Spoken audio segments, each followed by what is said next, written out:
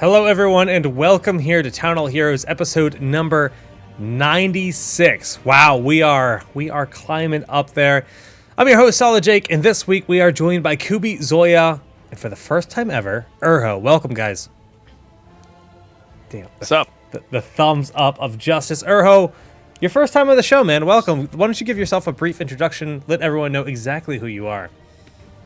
I'm a hero. I play Heroes of the Storm competitively for a team called the Bob Ross Fan Club, the one and only. And that's about it. I mean, I streamed this game. A lot of you probably have seen me streaming before.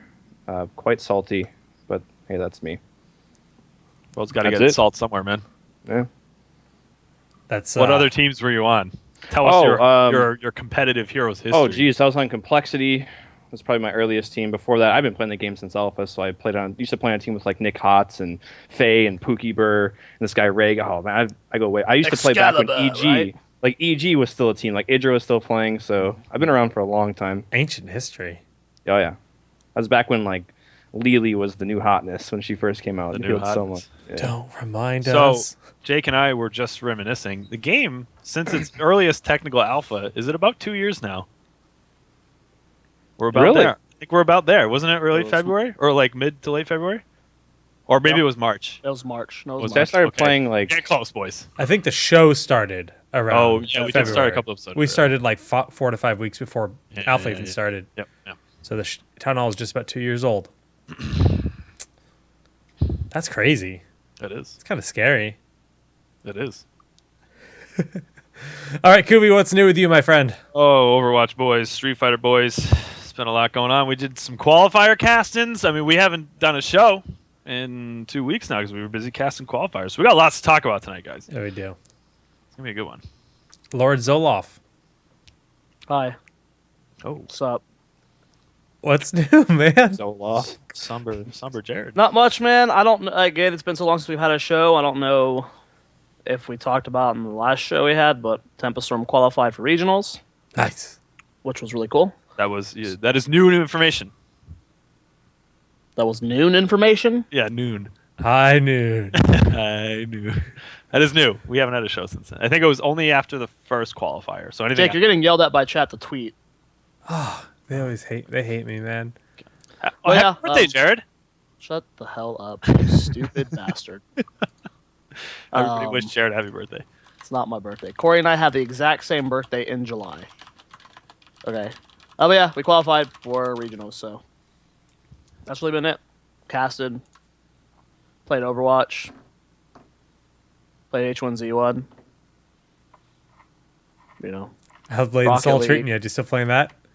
We haven't played it much since Overwatch came out, but we still log on it for like daily quest. I played with you guys that one night, and I looked at the game, and I'm just like, this is a waste of time right now. Like, I just cannot invest in it. But for me, lots of Overwatch, like you guys said, the game is pretty darn fun. But the qualifiers were, I mean, we had a lot of really, really crazy games in some of the earlier qualifiers. We had a lot of drama in the qualifier this past weekend. Yeah. A lot of hiccups. We'll touch on that in a bit. But we do know our 8 teams for North America, our 8 teams for Europe. And on this show, that's primarily what we cover. So we'll be talking about that a little bit later in the show. But before we get into that, Urho, I want some of those deets, man. What do you think? I want your opinions. We've never had you on the show, so we want those Urho facts laid out about your opinion, first off. That build up, man. Like, you know, Jake was trying to figure out what he wanted to ask Urho that entire time. He was just stalling by speaking. What the hell, man? He's really a master of his craft. I totally forgot the question, and then I more or less trying to segue into one of our discussion topics, but then he was like, "Wait, the Bob Ross update is 3 sections from now." So that's exactly what happened. Confirm or deny? Confirm. Yeah, I was like, all right, to turn from Bob Ross discussion, I want to hear your opinions on where North America stands compared to the other regions. Ooh, boy, that's a good one. Well, it's hard to say. The only indication we have recently is how C9 performed in China, and C9, in my personal opinion, they performed very poorly in China. I think they could have played a lot better than they did. So I think a lot of people are under the impression, the general consensus is that China and Korea are much better than us. I think they're better than us, but not that much better. In a best of 3, we can C9 us, Temple. We could all take, COG even could take games off of those teams. So Og even. I said it, I went there. Oh, I knew he was a good one to bring on. Yeah. I'm not. Those who watch my stream, I'm not shy when it comes to this stuff. I'm very open. That's great. Flawless victory. So you think Asia, in theory, at the top, NA number 2, Yep. in theory. Europe is dumpster tier. Where's Europe sit? They're not dumps. I think they have a lot of good players, but the problem is a lot of those players are spread out through a lot of different teams due to just how Europe works culturally. They like to play with people in their own country. They have a lot of roster swaps, so it's really hard to tell who's kind of the dominant presence over there. And it's not like NA has 2 like really super teams right now, 2 teams with really good players kind of joined together. Then like COG and Temple are starting to get there. Blaze is starting to get up there. So you don't see that type of solid roster improvement in Europe. A lot of swapping over there. So it's hard for me to say that they're... I don't know. It's just weird. Their drafts are really weird compared to every other region. So That was a really good answer. I love the Europe meta personally. I think they have really diverse drafts. It's really fun. Thoroughly enjoyable throughout the qualifiers. Let's open up and talk about the new patches. Actually, last week and this week there were patches. Blizzard has really shifted things up, and they've started to put out pretty much a patch a week. And I think all of us really genuinely appreciate this new cycle of patches. I mean, right? I don't. competitive players, not so much. Oh. There's nothing worse than there being multiple balance patches That's and true. patches right before a tournament where there's $100,000 in prize pools. Not a good feel for us. And I think Zoya can kind of get the same impression from his team. So Yeah, we practiced Yeah. a lot of teaming, and she's not bad by any means, but it's when you're running, like when you're drafting around a character, and then they're like constantly getting nerfed, or they're just that good, and then now you have to like find out where they fit into the draft now, and sometimes those balance changes can change builds as well. So this close to an event, it becomes a very big complaint. it drives us nuts too because we'll sit in scrims and we're a team that after new patch will just throw out all kinds of random stuff. We'll try different draft orders just to see other teams are playing, and we learn all this stuff. We finally get comfortable. We want to draft. All of a sudden, oh, balance patch. Like, are you joking? Like, this is terrible practice. That's a good point. It's a little bit mixed for casters. I think there's a little bit of you got to learn all the new stuff, all the new changes, make sure you have all that like on the tip of the tongue. But on the other hand, it's fresh, it's new, and I'm sure that's how the viewers feel about it, especially if something's gotten stale. So we sort of feel both sides of it a little bit, but it's good points. I think the main thing to keep in mind is that there's a lot of like almost janitorial work being done right now. The game went so long with either just being poorly balanced or just not balanced at all that now that Blizzard is like stepping up their game, they're finally getting the patches out as frequently as they potentially should be. They're realizing that there's like still a lot of flaws that were left like untweaked, or when you change something, it affects something that should have been nerfed a while ago. And the frequency of patches is a problem right now, only for the competitive scene. But I feel like eventually they will have the game to have like a happy, like stable, basic tier of things that aren't going to be changed anymore, and then that'll slow down. But right now it's just you change one thing, and that has a ripple effect that hits other 10 badly designed talents or something. So you have to change a lot of those, and it just like keeps rippling around until finally, it's clean enough that you can see the floor. Well, I think the balance updates are really good for the health of the game, but it's just the competitive side of things. What I really wish they would do is that any tournaments they play would be on the previous patch. If that makes sense, like all these balance changes Like right a now, patch server or right, and non-patch then server. like all the teams could scrim on like like some dedicated competitive server, like League does, or Yeah. I think Dota 2 does it too. Like you don't play a big tournament on a new patch when it just came out like 3 weeks ago, for those reasons, Interesting. I wonder if they'd ever do that. Tournament Oh, realm. they'd have to. That's almost a necessity. It really messes with the competitive nature of the game, I guess. keep in mind, Chad, all we're saying is it is like a gripe for the competitive aspect of it, but this is like we're nowhere saying that the changes are bad and It's good for the that they game. shouldn't Oh, have it's happened. good. It's I think really we good. all agree. It's good Everyone for the game. will say this is really good for the game. That's just like a small gripe at the bottom 1% of this awesome, Right. thing that Heroes is going through. It's just when you're training, and then suddenly Kael'thas, who's in a lot of your drafts as like a priority hero, is significantly worse. That shifts things a bit. Speaking of Kael'thas, let's take a look at last week's balance patch, where we can see there's quite a few changes. Now, Falstad, they're trying to make him a bit more of an AP hero. Agree or disagree?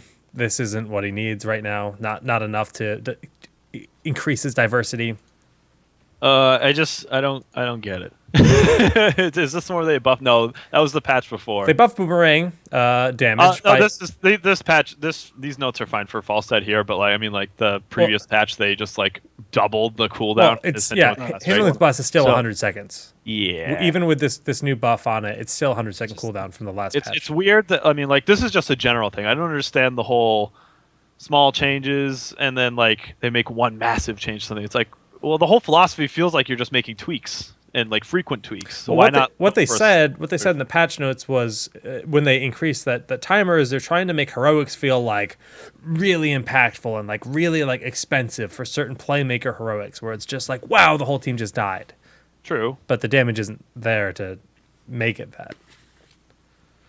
Yeah, I don't. It's tough. I get that. I understand, but it also doesn't. Well, maybe it's not well just like maybe that's not just a tweak for Falstad. Like maybe they're actually trying to make caster Falstad more viable. Like I like in League of Legends stuff. There's like multiple play styles of multiple heroes. Like Ezreal's got his AD focus and his AP focus. Maybe this is Blizzard just trying to find a happy way to get him because like if you do just like buff AP right and just becomes the clearly better build, then you're not going to see AD anymore. Yeah, for sure. That's the goal, and we all want to see that. Even 3 builds for heroes that are viable in different playstyles would be awesome down the road. The dream. I'm just slightly confused at the methods. Like everything else, like 95% of the notes, I'm like, yeah, that's good. Make small tweaks in these directions that we want to head in, and then a couple of them are just like so wild that it's like, okay, all right. I don't think that's ever gonna get used, but not really sure why on that one. And they usually it's just like vague notes where it's like, all right, make it burst, and then I'm thinking like, all right, well the max like res cooldown, 65 seconds. It's like, all right, well, 100-second cooldown on something, even if you like wreck a team fight with it, you better be in like a really, really good spot to end the game. Just makes like the play usage for it really strange.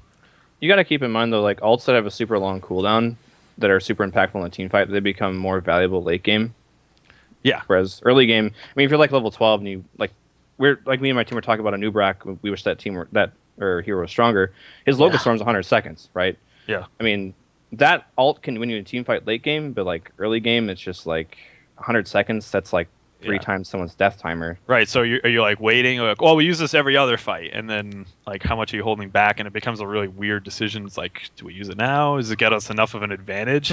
We have to use it in a situation where we know we can ace the team to get enough value out of it, and then it becomes a little odd, I think. But we'll see what they end up doing with it in the long run. Yeah. Next on the list, Jaina received some changes. Primarily, they nerfed her autos, but they buffed Frostbolt by a sizable amount, and they gave Kona Cold a bit of love as well. Since they've made this change last week, we've seen a little bit more build diversity in Jaina in general. Just good for the health of hero, more build diversity, good changes. I love that. I love that they're buffing casters to feel like casters. Yeah. Not so much right clickers. I think that's huge. So it's the same deal for Mr. Kael'thas, but he received a little bit more of a nerf. So his autos are down, his gravity lapse less stun. They've talked about they want to remove stuns or nerf stuns to the best of their ability to try to make it a less stun-centric meta since the community was so against that. So G-Lapse is down to 1 second. Phoenix got nerfed. Pyroblast is now 100-second cooldown, but it hits harder, but not really that much harder. It does scale well for late game, mind you. And Presence of Mind is got buffed significantly as a result since they've increased the cooldown on Pyro. Where do you guys think Kael'thas fits in the meta? Kubi hates Kael'thas. Hate him. It's just the word. No, I don't. I just don't. I think that we were seeing really high priority on Kael'thas still. after the patch, and he was just having like very little success. Like he feels like he's in that Vala spot where he's like that last pick. Oh, we need some damage. Well, we need something that's a little more universal. Fine, play Kael'thas there. Don't pick him in the first rotation. It's like a little weird. But all that aside, I was really hoping for a tweak to numbers on Chain Bomb rather than necessarily like a tweak elsewhere.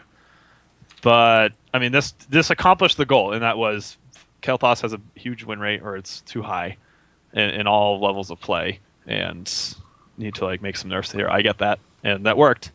So I mean, they've said that they're going to have a talent rework for him, or at least some kind of kit change or something to that effect. We'll see what that is. Until then, we're kind of holding our breath and just waiting. I totally did not mention Arcane Barrier because that is also probably one of the biggest nerfs to him. The fact that Arcane Barrier is now 4 seconds and only 150% of your mana pool. You think they've nerfed him enough, Erho? Like, is he still a top tier assassin? Is he still viable? What are your thoughts on him? Too much.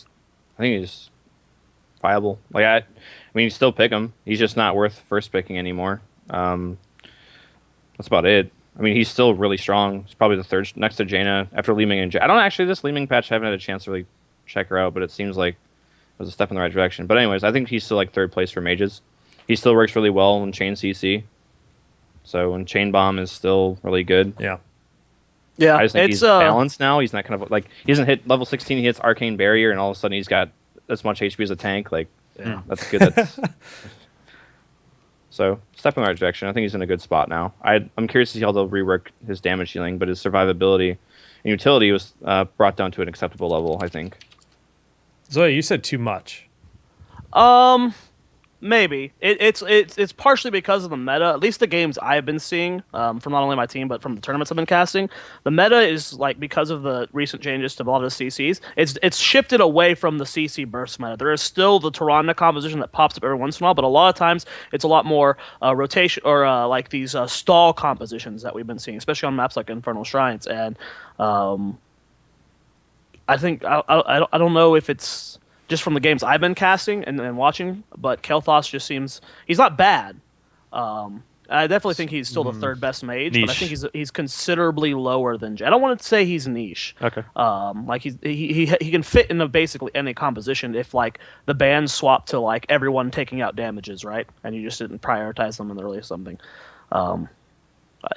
I don't know. I'd have to see more games, I guess. Well, let me put it this way: if we had a choice between, okay, do we want Kael'thas or Vala? It'll always be Kael'thas. Oh yes, absolutely. He does more damage than Vala, more survivable, and has a CC. So yeah, no, I agree. I just I don't know how close I would put him to Jaina right now, because Jaina's really good. Oh, Jaina's really good now after the small buff. Yes. Yeah. So I don't know. He's definitely viable, 100%. Like he's still draftable because there's a lot of good damages in the game now, but he's still one of the few with a reliable CC. So that'll always make him viable if his damage is decent. All right, cool. Well, Kael'thas, we'll see exactly if we see more build diversity. We definitely saw some interesting Flame Strikes builds this past weekend. We've seen a little bit of experimentation. We'll see if that is a continuing trend. I don't know. And of course, they have mentioned that there is a talent rework coming for the hero, so we can expect more changes for him in the future. Speaking of talent reworks, Nova did receive that sizable rework, and they've now buffed her a little bit since her win rate has plummeted since that patch where she got the rework. We do see they're just upping the damage of Snipe base level. They're going to be, and they changed Snipe Master quite a bit to make it a lot easier to, or a lot less punishing, right? If you do miss that snipe. So it's only going to go up to 5 stacks versus 10, and each stack is going to give you 12% instead of 5%. That sounds kind of scary. It sounds like she might have some viability, especially for being like a threat when it comes to just Hero League, a quick match. But I really don't know if we're going to see her in competitive anytime soon, which is fine. Yeah. Any strong thoughts on her? No, I hate Nova. I think she's the bane of my Hero League experience. She does nothing for a team other than kill people, and turns out other heroes also kill people, but also do something else. You know what I mean? Like she doesn't have a wave clear. She can't lane. All she does is roam. And if you're gonna have a roamer, why not just have a Zeratul? His team fight ults are so much more impactful. I hate that hero. Delete it, please. If there were bans, right, and someone were highlighting Nova on my team, and I were banning people, I would just ban Nova. Like, don't play that hero. It just drives me insane. So smart. That's new meta. All right. Well, Your league team's picker. Thrall auto attack up, Sundering cooldown up. Rhaegar, they nerfed Ghost Wolf. They just by it's from 100% to 75%. They nerfed Lightning Shield base, and then in this week's patch, they also nerfed the level 16 talent a little bit, but it's still very good. Overall, Rhaegar is still a beast. Just kind of powering through. Diablo, just a slight nerf to Fire Stomp. The talent Fire Devil, because everyone grabs it. Urho, Diablo is still a beast, right? He's still a pretty strong pick.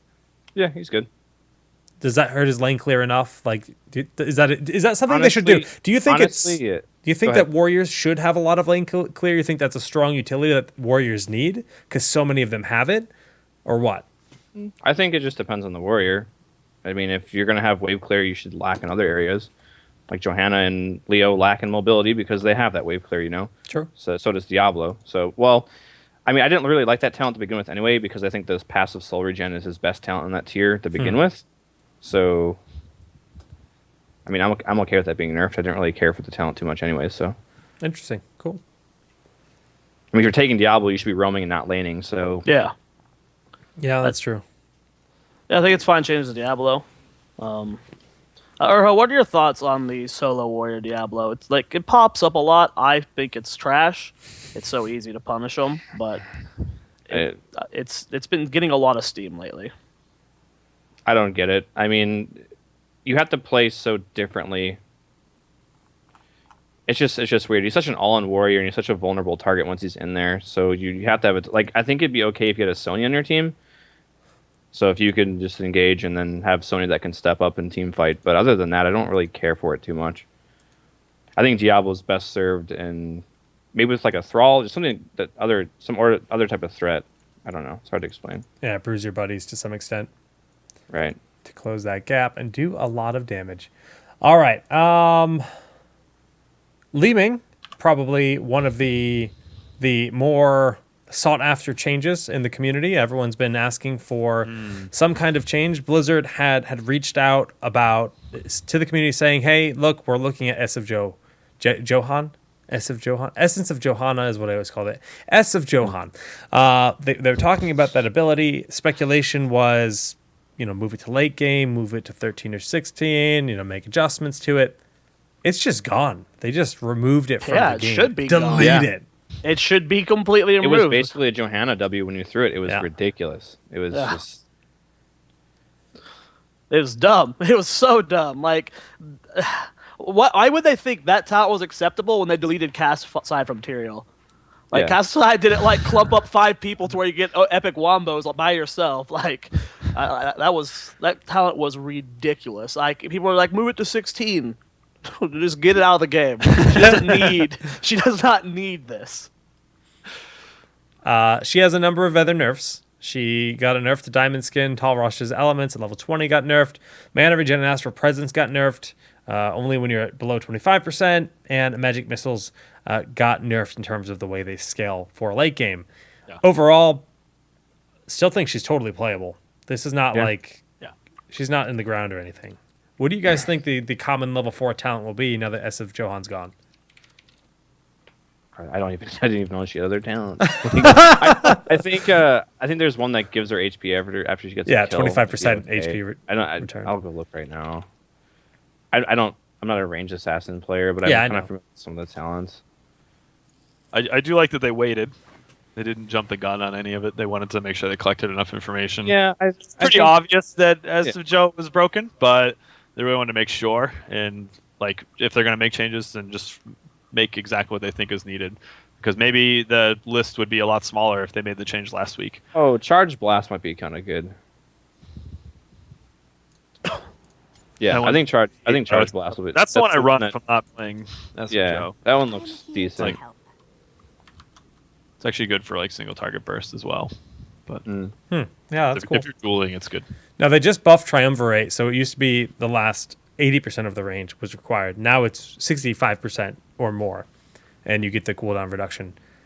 I wonder if we'll ever see any orb builds, because orb is what, 15-second base cooldown, I believe? 10-second.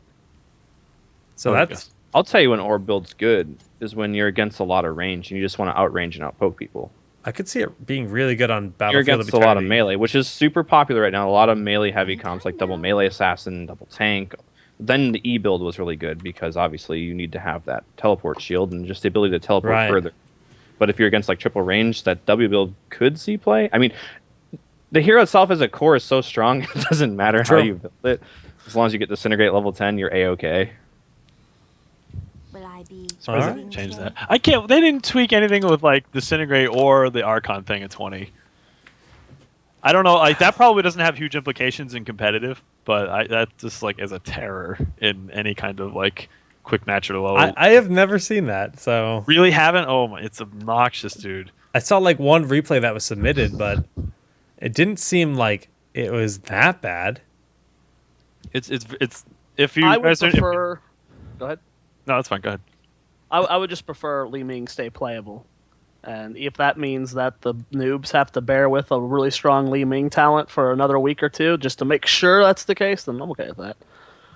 I just don't want her to be deleted and then Yeah. it's always, I don't know. I hate having to build up a hero seems harder than nerfing one in my Yeah. opinion. Like knowing how to make something better. Like when you just nerf something, you like do small tweaks to either numbers or change a talent or two, and that shouldn't put them from like S tier to F. Hopefully shouldn't, but Fair enough. Well, one thing that Urho you were talking about earlier in the show was Anu Barak. You mentioned him. You mentioned the situations where you might consider picking him. Now that they've buffed hardened Carapace, is that enticing enough? Is that it's too negligible? What does the hero need, you think, to bring him back into The hero meta? needs a direction right now. It's kind of, I don't know what it does. I guess it's not tanky enough to be a tank, and doesn't do enough damage to be a bruiser. So what is it? I mean, it's kind of, it has the specialist field it with the beetle spawn, but it's just like, it's a fun hero. It has a lot of CC. It has all the, I guess the kit and the makeup to have a really good hero. It just doesn't have a direction. I think it needs to have some more interesting talents or just reworks on the talents in general. I mean, one of the things you could do is, one of my ideas was just to have a little bit higher HP pool and then buff the shield even more than they buffed it this last patch. And then make Locust Swarm a lower cooldown, but make it less impactful. Like have Locust Swarm be like a 60-second cooldown, or even something you can toggle. Like you just like toggle off and on Locust Swarm, but it drains mana, but it's like pretty weak. Does that make sense? Huh. It just needs something. I just doesn't have it. I don't know what it's supposed to do. What would you guys define? mana drain would be really cool, like just as a mechanic in this game. It's Like, like just the it's like idea, Frozen like- Tempest, pretty much. I'm saying like when you have Locust Swarm on, like it drains your mana. Oh, what over Zoya was time. thinking. like- What Zoya was like thinking, a Arcus mana E? suck. It steals. Yeah. Okay, yeah. That's what I thought. Like you can just turn Locust Swarm on. You just like you can use it for That's- wave clear. I don't play League like kind of like Swain, where you turn your ult on. Yeah. Same thing. I don't know. It Just- needs something. Based on Zoya's misconception of what you were saying and what you said about beetles and changing him, imagine if his beetles could suck mana and Locust Swarm would be a huge mana soak. And he's got like this cool balance of keeping his mana up to be able to have that swarm out. That could be really interesting.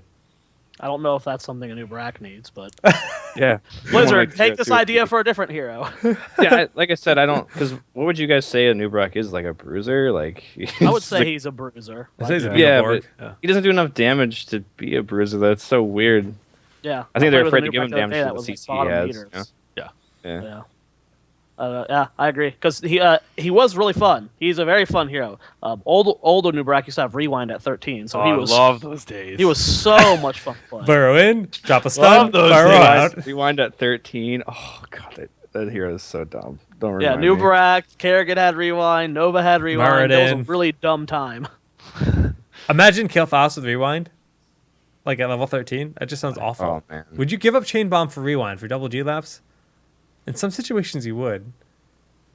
You can't ask these kind of hypotheticals like this, Jay. Sorry, man. Just thinking aloud. Last Bite got nerfed on Stitches. This is something that makes Stitches very powerful on maps like Infernal Shrines, when you're fighting over the minions, fighting over the objective, fighting in lane, just constantly have fresh targets to get that reset. Would What did they nerf on him? It's from 15-second cooldown reduction to 12-second cooldown reduction on last bite. Okay, because on Infernal Shrines, if you're ever playing against Zagara, Nubarak, anything that you can eat over and over, it comes out to 6% of your HP healed per second if you're using it on cooldown. It's pretty ridiculous. Exactly. So that doesn't include from amp healing too. So with amp healing, I think it's closer to like 7.5%. So it's a lot. So that's a warranted nerf, I think. Oh yeah. But it's not like they nerfed to the ground or removed or anything. Just a minor little nerf to Stitches, who is seeing a ton of play. Anyways, right now... We'll see. We'll probably still see that on those battlegrounds, and then just more Tenderizer. Otherwise, yeah. Yeah. Out of all the patch notes, is there anything you guys dislike or would like to see? Happy with it? Like, what's your stance on the last 2 weeks of patches? Fix the Stitches bug? I know they're working on it, but I was really... the lag. Yeah. Yeah. And if it's going to take them longer to work on it, fine. That's what I was really hoping to see, because I do like Stitches in the meta. He's cool. He's a fun hero. As long as there's some emphasis on getting hooks. There was some point where it was like, oh, we'll just play Stitches. Like, our Stitches player is really bad at hitting hooks, but it doesn't matter. Like, I don't ever want Stitches to be back to that point. He's pretty close. So... hopefully it's not that way, but it may end up getting to that point, in which case he'll probably see more nerfs, but we'll see. Right now we don't see him at all, so no fun. I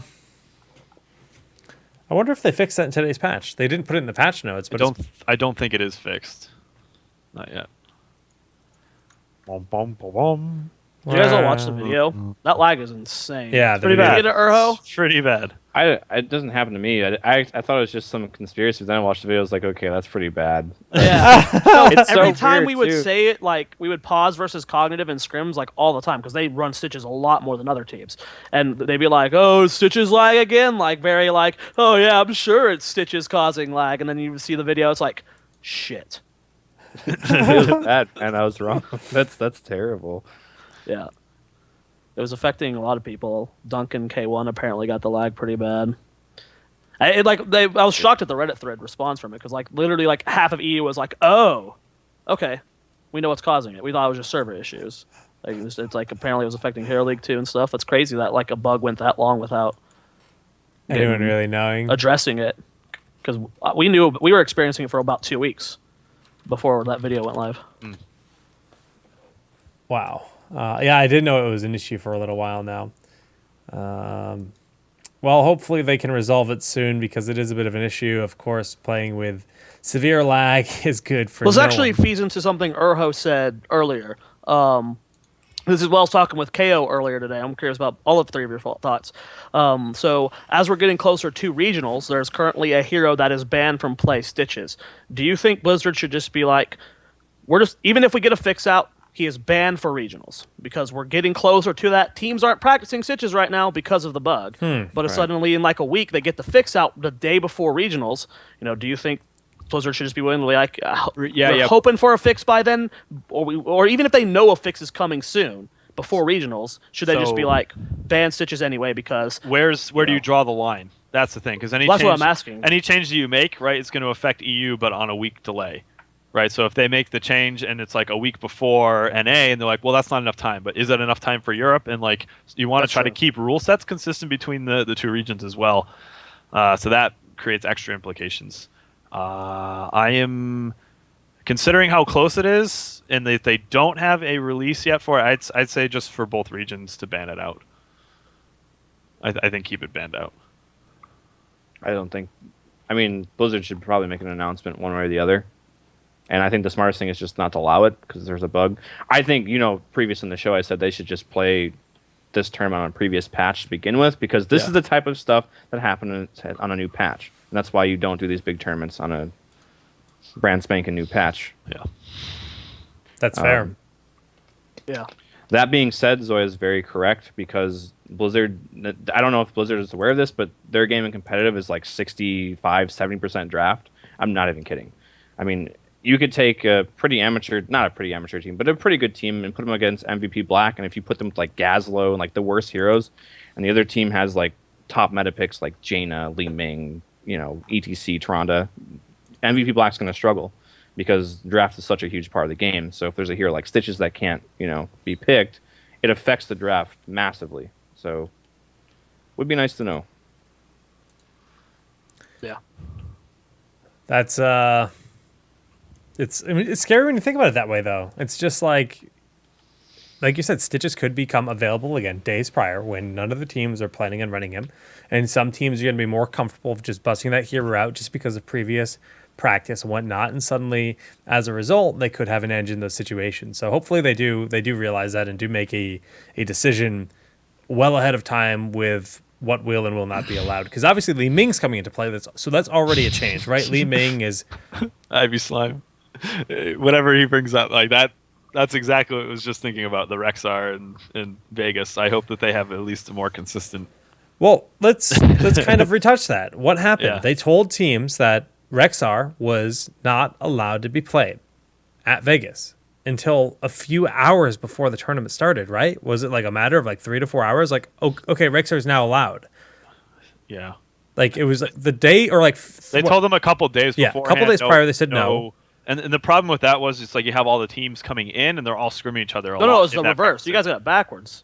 Wasn't he playable leading up to the event? At Yes. the event, they said he was banned, and then At they the event, reverted the ban later. Well, it was like Wednesday or Thursday they said No. he's banned. They reverted the ban like hours before the event. It was the day of the So event. it was like the 2 or 3 days before the Right. event he was banned out according to the team. Yeah. So they weren't practicing him. And then it was like I don't think was it Yeah. really that long? I felt like it was Well, much quicker. Like it was maybe like it was- it was banned, and like the next day they unbanned him. Well, it was- because it was- like they didn't expect any complaints. Because I remember one of the developers like coming up to me and be like, "I didn't even know teams were playing Rexar, so we thought no one would care." But Yeah. Complexity was running Rexar a lot. They were running a at ton that of event. Rexar. Yeah.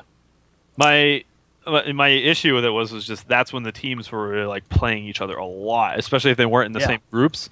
And so like they were probably getting their hardest practice in during that time. I know the teams were really taking it super seriously and like just telling them that's we're just gonna make willy-nilly changes to these heroes like that. I hope we don't run into a situation like that. We can hope. We can hope. That's all. We'll Just whatever decision you make, keep it consistent. That's all we ask.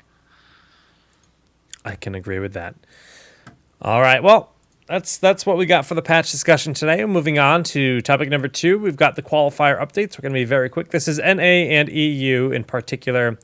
For North America, last week, refresh my memory, it was Team Last week was Panda Global PG and and COG. yeah. No, COG qualified when Tempo did. Was it Blaze? Blaze. Yeah, Blaze and PG last week. And then this week, I think everyone was really thinking that Resurgence was like that team to qualify, but there's a bit of drama here where there was a lot of issues with connection. So in the winners bracket, there were no issues. Kubi and I cast both qualification matches. It was King of Blades Alpha, no connection issues, and King of Blades Alpha won their spot in the upper bracket finals. I just want to cut you off real quick. I've been saying for 2 weeks they were my dark horse, King of Blades? and they're getting real good. Yeah, man. you have been saying that. So King of Blades Alpha advanced over. No shenanigans, just straight up won their match, and they advanced on. And then we got to the lower bracket finals, and we were delayed. Well, first it was weird. OVO forfeited to Nam because they needed to reschedule due to work. So that sucked. We played one game, and then we forfeited game 2 after the draft. And then we moved on to the final match of the day. So that was kind of awkward. And then there was 30 minutes of downtime because Fury and Equinox couldn't get online. They could not log in. Fury got in, and they were about to get disqualified from the 15-minute time rule. And we were about to move forward with a sub, and Equinox barely made it in, but he struggled to stay on. You guys are all going in there. I was dancing, man. But and at the end of the day, they played with a Vala bot and won a game, and then they lost a game, and then they brought in a sub for game 3, and they lost it as well. So I don't. What do you guys think of the DDoS claims? You guys think it's DDoS has been happening since 2011 for competitive StarCraft. So it's been known about.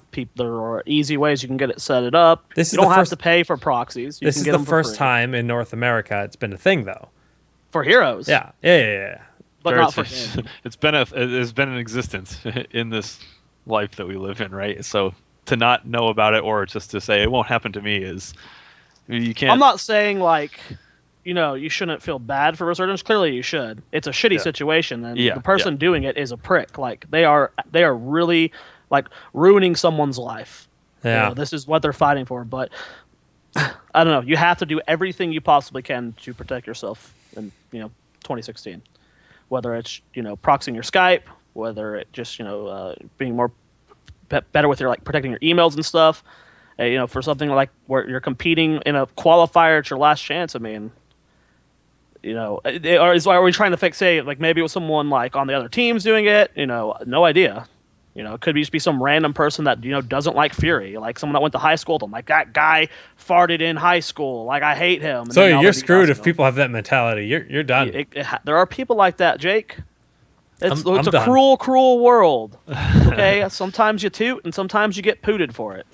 Okay, I don't know what I just said. I look so confused. So I mean, yeah, it's a shit situation. I think everyone can say they probably deserve to qualify. Yeah.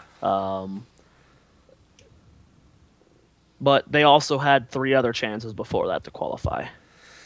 So I can't. It's unfortunate. We had heard rumors that they had DDoS issues as well in qualifier number 3. I thought that was an Enter a Storm that happened. No, that was. Maybe I'm getting my tournaments.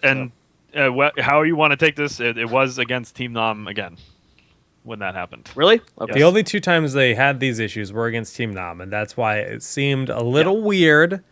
And we saw them talking about it in the lobby, and they were saying, they admitted they didn't make accusations. Doesn't look good for us. It was friendly. Yeah, everyone was well aware. From Nom's perspective, like this doesn't look good for us. So this sucks. We don't like this situation either. So if it was somebody off Team Nom, which is very likely, it's also very intelligent on their part to try to put that blame on someone else, right? To consistently doing it at that time and not other times. So it sucks. Someone in chat says that I would be losing my shit if this happened to Tempest Storm, and no, I wouldn't be because I've done everything I can to make sure our house is DDoS protected. And if it does happen, then I should have done a better job. There's ways to prevent this for sure. Yeah. Even as a streamer, like Destiny, just trying to stream the game. Yeah. Destiny used to get DDoS all the time. Someone could try and attack Jake, but guess what? Jake's doing everything he can to make sure he's doing that, and that's what everyone's got to do. And if it happens, it's just weird. It's just so weird. It's not like Heroes is a huge like lucrative thing for anyone. Everyone's that's doing this it's a passion project essentially. Dude, it's a petty squabble. Everything like all of these situations are always petty squabbles. Some guy doesn't, like Jared said, is some silly reason to hate somebody, and they just decide I'm going to DDoS them because it's the only lick of power I have over this person. Well, that's all it takes. Yeah, it's just.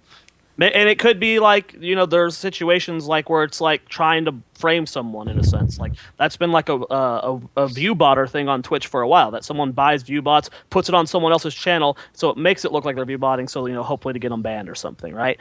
Someone could be trying to set up Team Nom or something. There's so many. You can't like. There's no way you can ever prove it, and it's dumb to try and point fingers and to be like. Absolutely. There's no 100% in any direction. You can't blame Resurgence for not being DDoS protected. You can't blame only the person doing it. Like it's just sucks a shit for everyone. situation. Yep, situation, if you will. Situation. So my thoughts on it. Yeah. Well, Resurgence, if you didn't play so poorly in the first 3 qualifiers, you wouldn't have had to worry about it. And that's just, they had 3 chances before that. So I mean, if you realistically want to go to LA, you need to make it out of group stages. You need to be top 4. And to cold hard truth, I mean, that's just how it is, kind of cutthroat. But yeah, it sucks you don't get to go to LA, but they have players on that team that are better than the players that they're playing against. It's their own fault. I mean, even in the second qualifier, they had a pretty good chance to take the qualification there. So wrecked. But no truer things have been spoken. The savagery of Urho speaks the facts. I agree. They had 3 chances beforehand. Well, it's savage, but it's the truth, and I guess, hard truth. Like, if our team were being that bad, I'd be the first one to say, like, look, we sucked. We should have played better. We should have qualified. We had the chance to qualify in the first 2 or 3, and we just didn't play well. Yeah. I'm not one to sympathize with excuses. I mean, it sucks. Yeah, you're getting DDoS, but yeah, You guys didn't do the risky thing of like we can skip the first 3 qualifiers because we'll make it in the 4th one 100%, right? Like you don't take that risk. You qualify the first time so you don't have to worry about it ever again. So, Well, it's on the it's not positive too side of savage, things, it's just the truth. Team Nom and King of Blades Alpha are the final 2 teams to join North America in that top 8 spot. So congrats to them. They will be going to LA just like the event's like 10 days from now, like a week and a half. Right? Yeah. Yeah, the Teams tournament, fly in a week, so the teams will be there for probably media stuff a week from today. but the actual tournament But is the in actual 10 days. tournament's And Saturday. it's a $100,000 prize pool, and I don't know if they've released. You guys can't go. Yeah, oof. Yeah. Someone had to say it. Sorry. So Like- Urho, as a player, Bob Ross fan club, you guys got this spot. You earned this spot in a $100,000 prize pool. There's no live audience. As a player, how does that make you feel? I guess it would be easier for me to play without a live audience. So Interesting. Not everyone feels that way. But you don't Yeah. want the Some people feed off of Perfect. it. I mean, Heroes Rising, the audience was more distracting than anything because I mean we're up on stage and it's not like we're in a soundproof booth, so things would get pretty loud and I could pick up like an echo. I'd hear it through my. It's not 100% soundproof headphones, so you'd hear it through the headphones and then through everyone else's mics. So sometimes it's distracting. But I guess a closed studio would be a much more. I guess a better environment for me to focus. That's just my personal opinion. Well, I Interesting. get pretty hyphy in those studios, so you may think that, but you'll hear me scream. Yeah, I remember that one event where Zoya and I were casting, and Zuna was like tilting our casting because Zuna was so loud. He was like throwing us off. It's like I can't hear Zoya because Zuna's actually shouting from the other side of the building, shaking the walls. Like Tuna gets hype, man. Oh, He is man. crazy. it was a No, lot of fun. it depends. Some players, like I know a lot of the Cloud9 guys, they said they would feed off the energy from the crowd for at both Vegas and BlizzCon. Just hearing the chants would like make some of them play better, but then it does the reverse for others as well. It's just they would prefer to be in the silence of the room. Both work. It's exciting though. I mean, Urho, have you ever like traveled internationally? Yeah, I've been to Europe 3 times now. I have family in Great Britain, so So what about going to Korea? Is like exciting for you? Like, sure, just I'd love to see awesome. Korea. We have to qualify first. I mean, Yes, we have to take top 2. I mean, that's our primary concern. I'm not worried about Korea right now. I'm just worried about securing top 2 in LA. And but if I get to go to Korea, that would be a really cool lifetime. I guess like a life experience. I guess I've been to South Korea. How many people can say that? So That is cool. True. Does anyone know the prize pool breakdown? I'm like trying to look it up right now, and it's just like I know all 8 teams get paid. that's good. That's good. So if That's you all made I it, you know. made it this far, you get money. That's pretty much what I wanted to know. So that's good to hear. All 8 teams. I think it was in the caster handout we had for casting the qualifiers. It said something about all 8 teams getting paid, but there was no distribution. Okay, I was gonna look for it. It just All right. said, like, very vaguely said, all 8 teams will receive money or something. That's good. I mean, it's an experience, it's practice, it's a land setting. You get to meet some of these guys haven't even met their full team in real life probably. So that's always very exciting for these type of events, and I'm very stoked for it all to run down. But on the EU side of things, we had kind of a surprising upset. Team Sandwich Monkeys, ADRD, BKB, these guys have been staples in the community for a long time. They made this team. And they honestly seemed like the modern Dignitas, we had Bakery and we had all these players that were top players that were all removed from their teams, make a new roster last year. That's kind of what I felt like Team Sandwich Monkeys was, this new Misfits team that was going to be top notch. Yeah. And in the upper bracket finals, they lost to Pigs and Blankets. Wow, I'm looking at their roster. I've never heard of any of these players. Apologies to those guys. I mean, They're- I've recognized some of the Hydra names, maybe, but like yeah, like jeez. it's not something I would have put my money on. And then they dropped to My Insanity in the lower bracket, and they did not qualify as well. So 2 heartbreakers with Resurgence and Team Sandwich Monkeys not making it through. My Insanity, I mean, I recognize every single player on that team, so Yeah, it's yeah. not at all a surprise. But Pigs and Blankets coming to, I mean, in a lot of ways, like I don't know all those players. It's tough, man. I want to love EU so much, but it just all goes back to what Urho said earlier in the show. It's just so hard to get a good roster in EU, and that's mainly because of the language barriers. There was a lot of players that could speak English. I believe it was Old Liquid. Most of them could speak English, but they did their comms in French, Spanish, Spanish, yeah. Spanish. yeah, and they ended up doing roster changes later on because of that. Some of them wanted to do English, some wanted to do Spanish, and you see like a lot of rosters either struggle because of that, or in NA it's hard to get the perfect roster. Like there's so many teams with like 2 to 3 good players, and a few bads, but in EU there's a large amount of players that are good, but you can't put them on the same team. And even when when you saw the what was going to be the new God composition or God team Dignitas, whenever it picked up JPL and Shrimpy, sometimes that just doesn't even work. And imagine you're having to like go through that plus language barriers. It's just there could be like 5 or 6 monsters. It's not even just language barriers, but there could be cultural differences. There could be a number of things that come into play with that. And it's just a different barrier of entry to the esports scene for that region, unfortunately. But it's always going to be very, like, if you look at the actual rosters and you examine it, you're going to see Fnatic, I believe they're all Swedish, all 5 of them. You look at Dignitas, I think it's 3 from Great Britain and then 2 from France. Virtus Pro is like Latvia and Russia. Like it's always very clustered like that, and it's kind of cool at the same time, though. As much as it might be like restricting for those players, as like a casual fan of esports as a whole, and I am a resident of Sweden, and I don't know who I want to root for, I'm instantly a Fnatic fan because nationality is definitely a thing. It's a lot easier for people to have something immediately relatable, and that's something that's also true for Heroes of the Dorm. Like my dad was like stoked to root for Yukon and Heroes of the Dorm just because like he has something he can relate to for that. So in a way, it's a strength. Bakery, don't hate me, man, if I got something incredibly wrong. Wow. Damn, you're getting bodied right now by both Snitch and Bakery. It's cool having to adapt to these things that constantly pop up in team games that I'm not used to, because I have a StarCraft background. It doesn't matter who, like, you could be on a team with a Korean, a European, a Chinese, it doesn't matter, right? Like, because it's a 1v1 game. You don't even have to speak to them. You just body them game after game and practice. But in team games, that stuff can be very impactful.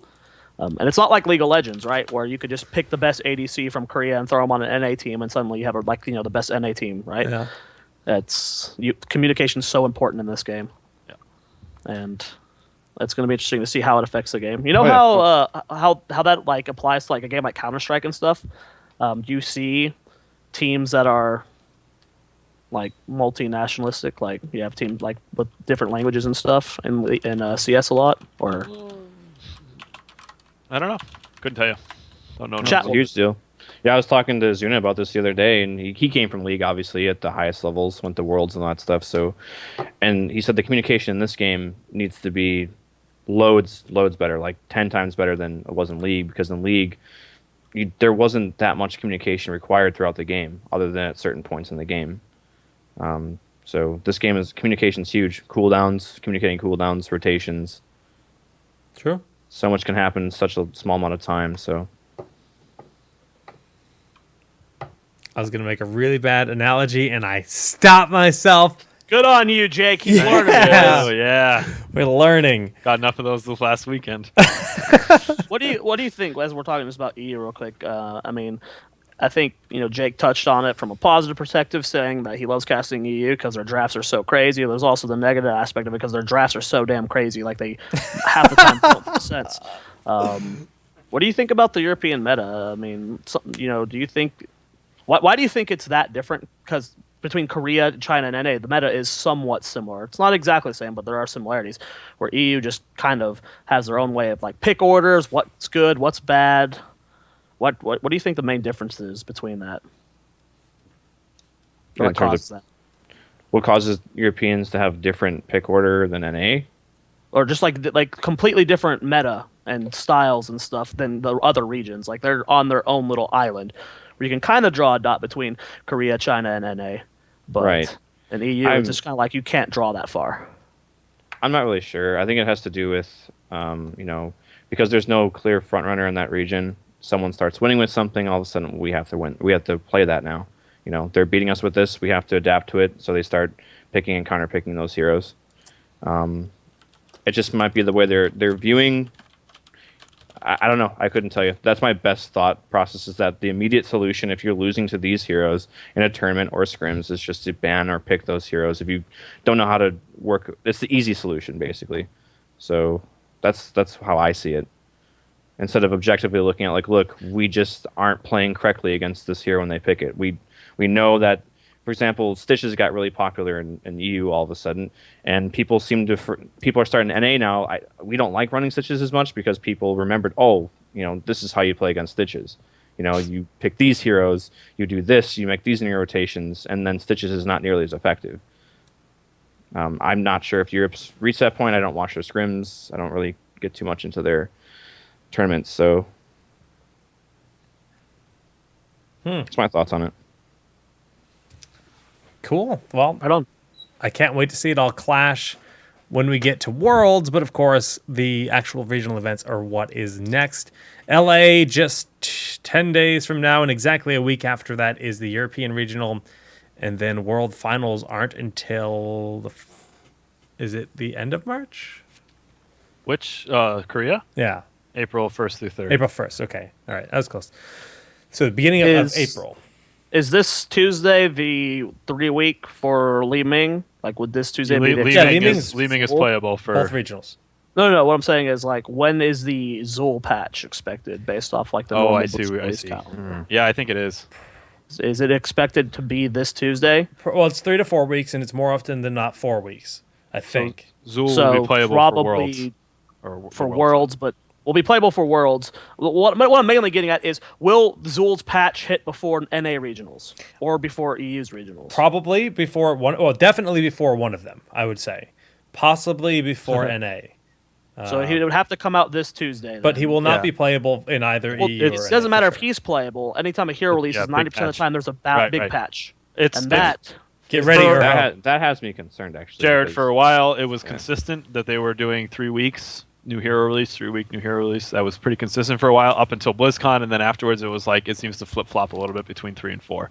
So it's either Tuesday before the event or Tuesday after, which sucks a lot for NA or it sucks a lot for EU. One of the two.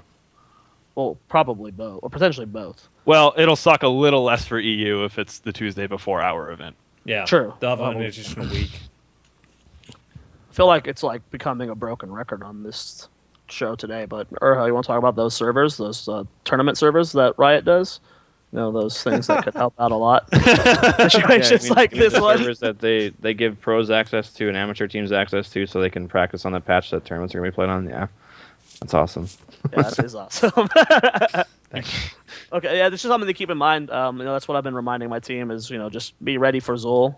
Like, he's clearly not going to be playable. Like we said, he'll be playable for Worlds, but there's the chance that we've been having a lot of little smaller patches. So maybe this next, like, if a Zul patch comes out, it won't be massive like most hero patches are. But Yeah. you never know. If Zul just releases, I think there's been like once or twice where they release a hero and that's like very minor stuff. So hopefully that's the case. But I don't know if they've ever released a hero that was just the hero, no balance changes. What came with Greymane? Was there a big change or a big set of patch notes? I don't remember. I'll have to go back and look at it. You got to remember that a lot of the time when they release heroes, they add 2 heroes into the patch at once. And oftentimes when they've done that, the second hero of that patch, like, they'll put 2 into the game. They won't necessarily do a big balance update with the second one. Now, Zul obviously isn't in the client yet, so we would expect that to be a bigger patch. I think when they put Greymane in, there was no changes. Yeah, I don't Okay. think there It was was. just Greymane. I think he was like paired with someone else. He was added into the game. He was already in the game, or maybe I'm wrong. I don't know, but it's not guaranteed. But it is likely that we do get a patch. You're right. All right. Well, Urho, Bob Ross fan club, a talented team, so talented that after the first qualifier, you guys were done. Undefeated. We haven't had the privilege to see much of Bob Ross Fan Club in just about a month. So what's going on with the team, man? What's new? You guys got some super secret esports strats. What's the team been up to? Reveal we what just- you hide from us. That was everything. I mean, we've just been chilling in scrims. I mean, we've been kind of a laid-back environment in scrims. We've just been kind of scoping out the patch, trying to figure out what's strong. Other than that, I mean, we've just been kind of relaxing. Obviously, we had a lot of offers after Heroes Rising, so we've sorted them out. We've narrowed it down to one, and we will be Ooh. signing very soon. Oh, Can't wow. say too much about it. News. But Nice. that's all. That's all I Nice. can really say. So 'cause you guys obviously have a there's- sponsor? Will you be repping this sponsor at regionals? Very likely. Like Wow. 90%. Yes. Yes. I am excited. That is You're gonna great look news. So swagger. Hello. Yeah, we're working really hard. It's bouncing back and forth between the lawyers right now, but we're working really hard to get it all sorted out. This week, get signed, and then get ready to announce before we're out there. So That is awesome. That gets me hyped, man. Oh, I'm That's so really excited. exciting. Congrats. Yeah, much That's- deserved. I mean, you guys are top of the world right now when it comes to the game. So it's I have a question for you, Urho. sure. Because the hero doesn't really fit your team's play style, but I want to know what you guys think about Lunara. She Lunara- fits in a lot of those stall Like? compositions. She does a lot of damage late game. Yeah, we like her a lot. It's just we tend to gravitate away from comps that are good with Lunara. We can Yeah. certainly play her. We like her. We've tried her. We've had a lot of success with her against some teams. So, and against things that are really strong. It's just I mean, my general thoughts on her is that she's basically Raynor. That has she does the same type of damage Raynor does, but she has her strengths and weaknesses. So, better CC in my opinion, more survivability because of how she moves. Other Yeah. than that, I mean, was if the team's not really divey, if they don't have like a way to get on top of you, and you don't need the relentless leader from Raynor, then Lunara's a better pick. In general, especially at 16. 16, she's becomes really powerful with the increased range after using a W. So Yeah. Yeah, I was curious because she's got a lot of steam from a lot of the teams right now yeah. in both EU and NA, and I know it doesn't really fit your guys' play style. You guys are a little bit more aggressive, and she's more of a outlast you and just poop the numbers out throughout duration type damage. So I was just curious what you guys thought on her, because I think she's really good. She does a lot of damage if you do not punish her, which is kind of why. I'm curious where she falls, because there are a lot of times where Lunaras just don't get punished, and there's just like she's just like almost in melee range. It's like, why aren't you killing her? She's Lunara. I mean, that's when we like her. Like I said, I don't know about other teams, but if we feel as if Lunara is going to be safe, then yeah, we'll pick her. But if we need a sustained damage that needs to be safe, Raynor's obviously the better choice. Tank here, Relentless Leader is really good against most stun tanks. So I'm just so excited that we're seeing a lot of diversity compared to a few patches ago when it comes to hero picks. I mean, we're starting to see a little bit of Illidan. I'm not sold on Illidan myself too much. We're seeing some Zeratul. We're seeing Lunara, but Greymane is seeing I a was about to ask. lot more play in Europe than in North America.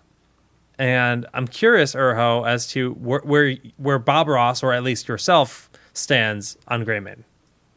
Greymane, he's really weak. I don't think he's good at all. I know the Australians. I've been watching some of the Australian stuff. I'm starting to scope out their different regions. Australians love Greymane. I just think that anything he does, there's just a hero that can do it better.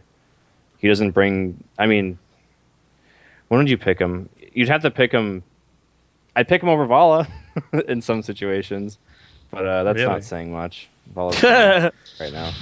I don't know. It's like he's kind of a jack of all trades assassin. He doesn't do anything too particularly well, and that's not a very good look. If you have to take him as one of the ranged assassins, right? I mean, he's not a melee assassin enough to justify permanently putting a divine shield on him from like Uther or something. So it's kind of hard to place him. It always seems like, oh, we picked Greymane here. I think, and we look back at the draft, like, yeah, we won the game or we lost the game, but Greymane felt like if we had X hero, it would have been so much better in these situations. Feels bad.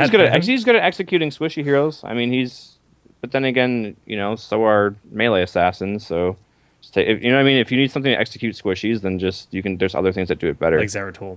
Right. or even Thrall. I would even venture out and say if you really want to dive someone, Butcher's even better for that. So, I mean, the Koreans and the Chinese have been playing around with Butcher, and they've shown that the dive with Butcher is good, and you can't really replace. I don't know. That's basically it. He doesn't do anything well. Too much of a jack of all trades for me to like him. Changes of the Lamb were really good. Mm-hmm. I like Butcher now. He's fun to watch. The new Lamb is awesome. Even with the new cleanse, like you'd think it would work better. It's still good. He's fun. So I got one more follow-up question then, because I really want to know what you guys think about Cho'Gall. Oh, no. we probably spent like a whole week playing nothing but Cho'Gall against everybody. It didn't matter what it was. We'd first pick him, second pick him. We just wanted to see how teams reacted with it. And he's good. He's viable. I mean, he works.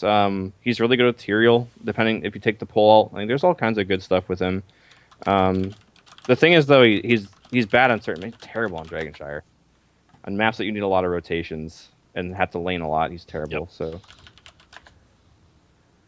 yeah, this patch we'll see a lot more Illidan. I know a lot of people love to see Illidan. So Illidan's kind of, especially with how strong Rhaegar and Tastar are now. So heroes that Rhaegar and Tastar can enable automatically get stronger, especially when there's nerfs to stuns. That's Illidan's biggest weakness. So, Butcher's starting to see a little bit more play now. So.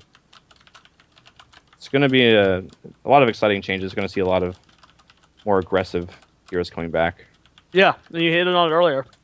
There was like one period of time in 2015 where Cognitive was doing double melee assassin. Everyone's like, well, it's Cog, right? Like it never picked up anywhere else, but like we're actually starting to see like double melee assassin pop up, and it's not terrible, surprisingly. I mean, it's good in certain situations. Yeah, it was used a little bit last year in EU. But not too much. Oh, I meant real regions. Sorry, my bad. I'll specify next time. Thanks, Zoya. Nailed it. Love bakery. So this is something that I haven't actually mentioned on the show at all today. It's in the top right corner. We have relaunched the TownHall Hero shirts.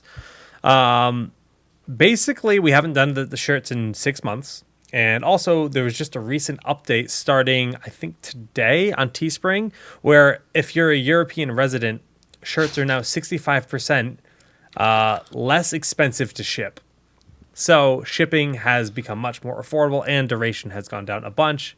So if you'd like to pick up a TownHall Hero shirt, it's just teespring.com/TownHall2016.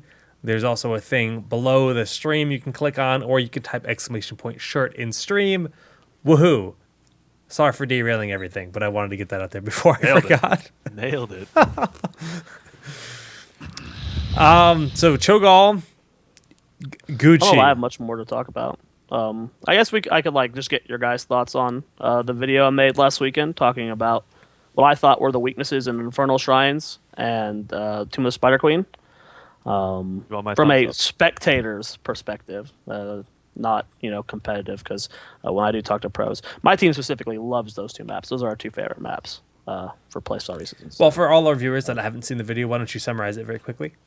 Tomb of the Spider Queen and Infernal Shrines, the map objective is probably the weakest when it comes to just ending the game across all the maps. On Sky Temple, Towers of Doom, and Blackheart's Bay, eventually the map objective ends the game, no matter what. On Garden, Dark Dragonshire, there's strong pushing objectives that you can win with. Battlefield of Eternity as well. Cursed Hollow, there's 2 boss objectives that help you end, but on those maps, there's no easy way to end.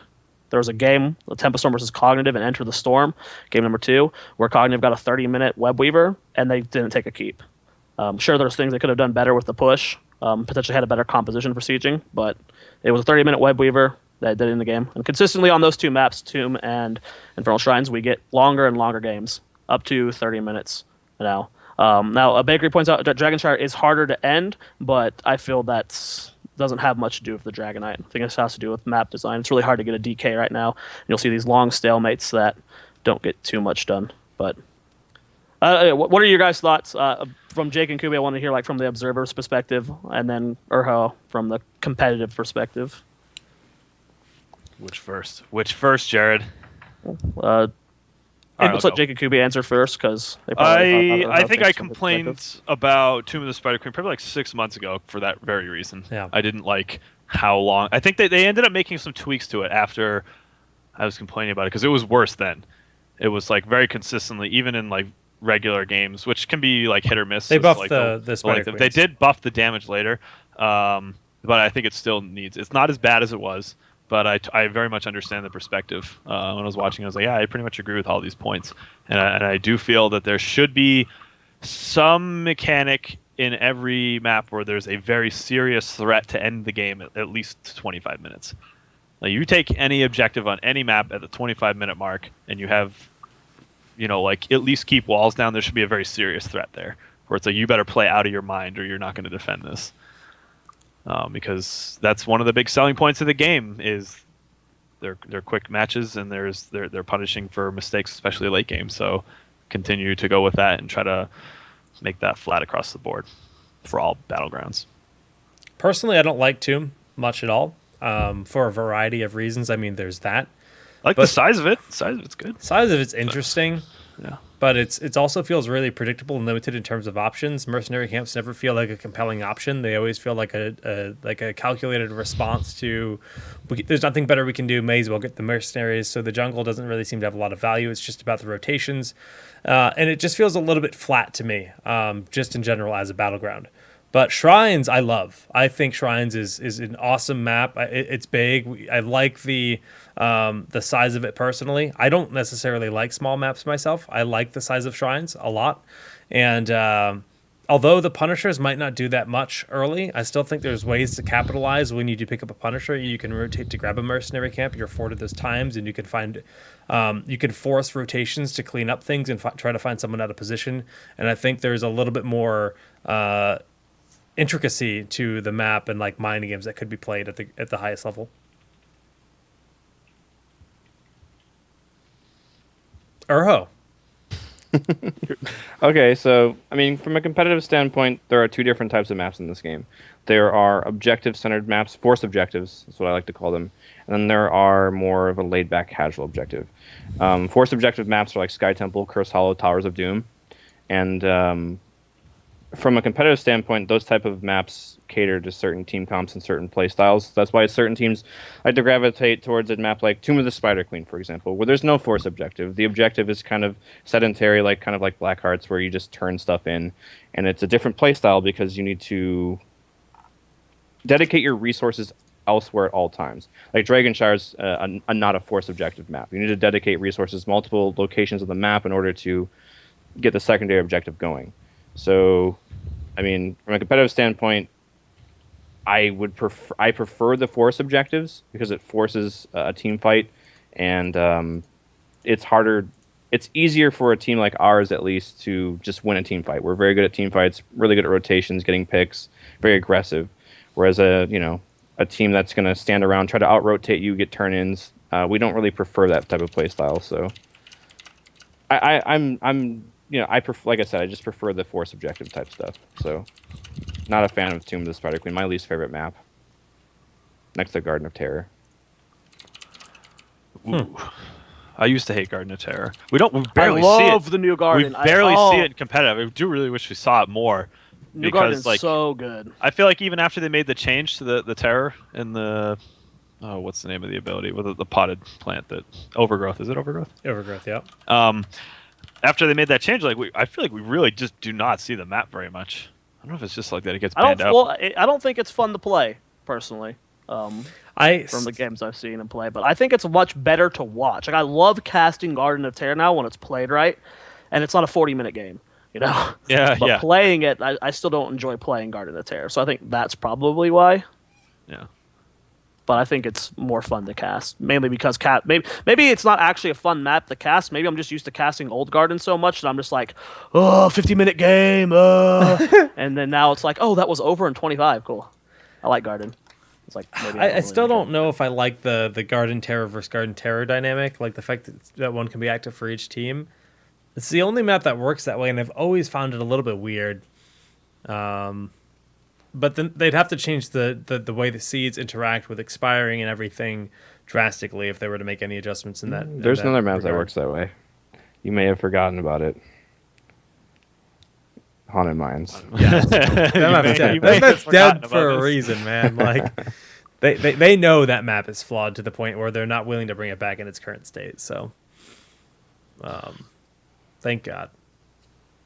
I do not miss that map at all. I think it's weird. fun to play on and do shenanigans on, but I do not like it in competitive in the least bit. So just while we're on this topic, Urho, what do you think on the concept of limiting map pools for tournaments, saying this tournament will only have 7 maps, and we're just going to nix Tomb of the Spider Queen, and we're going to nix... But that's inevitable. If you look at how StarCraft does it, they have in their tournament season or whatever. You say that, but we've already got 11 or 12 maps in the pool? 12? What do we have? I don't know off the top of my head. I don't think it's We have that 10? many. There's a lot, man. There's You include mines? there's 9 in the qualifiers, and so 10. There's 10 maps. All right. Well, I was Jake like, always what? adds 1 What or 2. maps did I forget about? So for the record, before we dive into it too much, the way it currently works is, or at least for the qualifiers, there were 9 maps. Each team would strike out 1, and then there's a pool of 7, and then 3 maps are picked from that pool. It's a way overly complicated process, and then those 3 maps are played. So Well, they're gonna continue to release maps, and eventually there's gonna be like 15, 16 maps, and it's gonna be like, look, okay, for this season of competition, these 10 maps are allowed in competition, and then you've got the map striking from there. I think it would be a little too overwhelming for there to be like 20 maps, and every team has to know strats for those maps. It's okay for casual play, you just want to jump into a game and you get one of the random 20 maps, great. But for a competitive, I think they need to limit the amount of maps for sure. Especially because you're going to run into stuff like Haunted Mines. Some maps just aren't very good for competition. That's okay. Dude, I just want StarCraft, Warcraft maps. Oh, StarCraft map, please. God, Please. I'm so anxious. I can't take it anymore, Blizzard. A while Stop back. teasing us. Watch them give us an Overwatch map. They're going to give us like Watchpoint Gibraltar with Tracer when Overwatch comes out. And all the WoW nerds, including myself, are going to rage. Dude, that would be a fun map, like an escort map. Like where you win the objective and the payload, you have to escort it, and And it, like, gets to moves, like, a base, little it bit? does damage. So Like it's certain like a amount tug of siege war? damage or something. Oh, and it just moves a little bit and it's inevitable? Yeah, and you just it's like tug of war. Like you contest the point. Whoever caps it starts going the direction first. If you lose a fight for it, you can turn it around. And It's while kind you're of Towers of controlling- Doomy, though, where you can just play for late game. There are some. I think one of my cousins. Well, he plays the game casually. He said it'd be really cool if there were a map like that one Wild Battleground with the mine carts.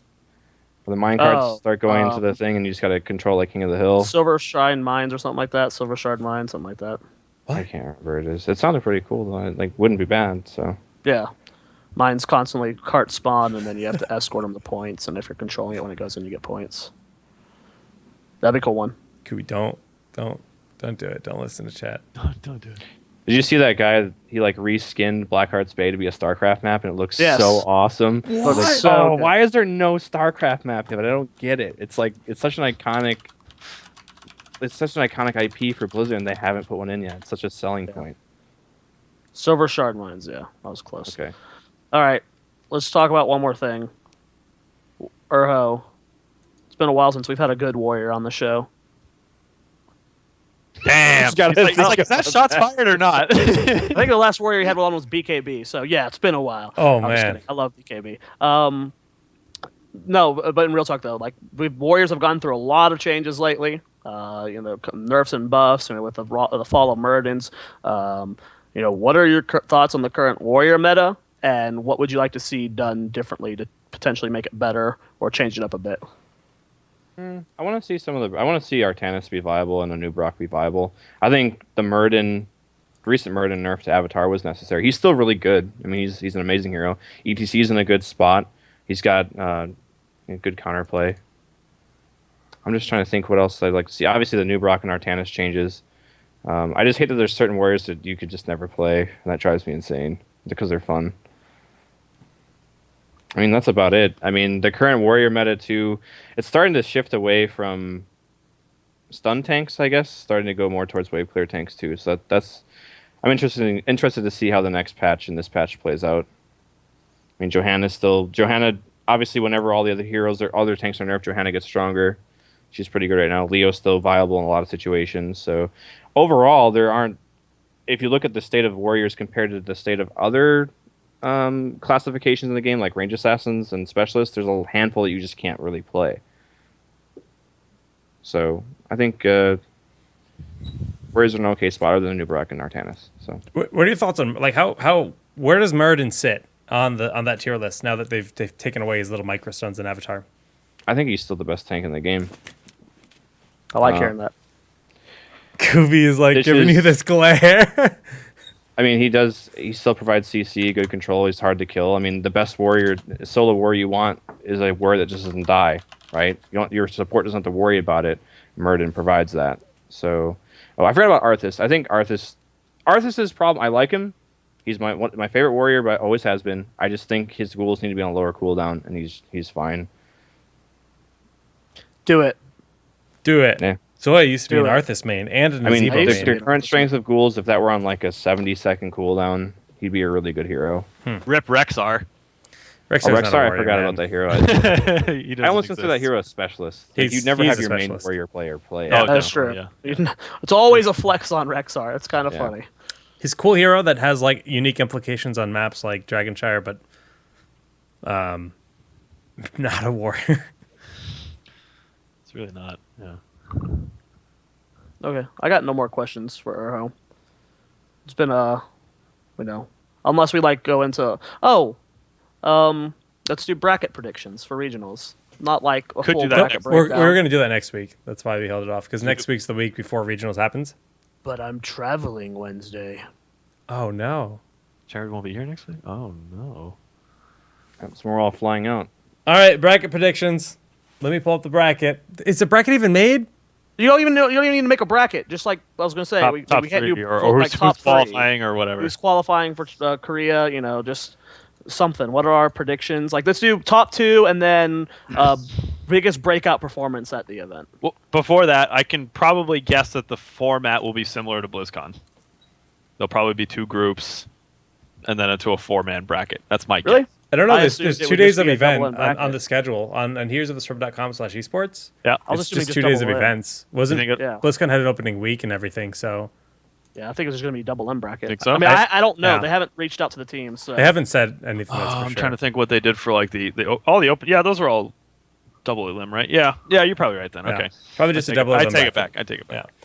I don't know. I based on what we've seen, I'm just gonna go out and say Cloud9 and Bob Ross. That like they look like they're on another tier than the other teams by a long shot. I mean, even though they haven't played in the last 3 qualifiers, their play is just much cleaner. Their drafts are smarter, and I certainly expect them in 1 to 2. Right now, I say Bob Ross easily number 1. Cloud9 looks.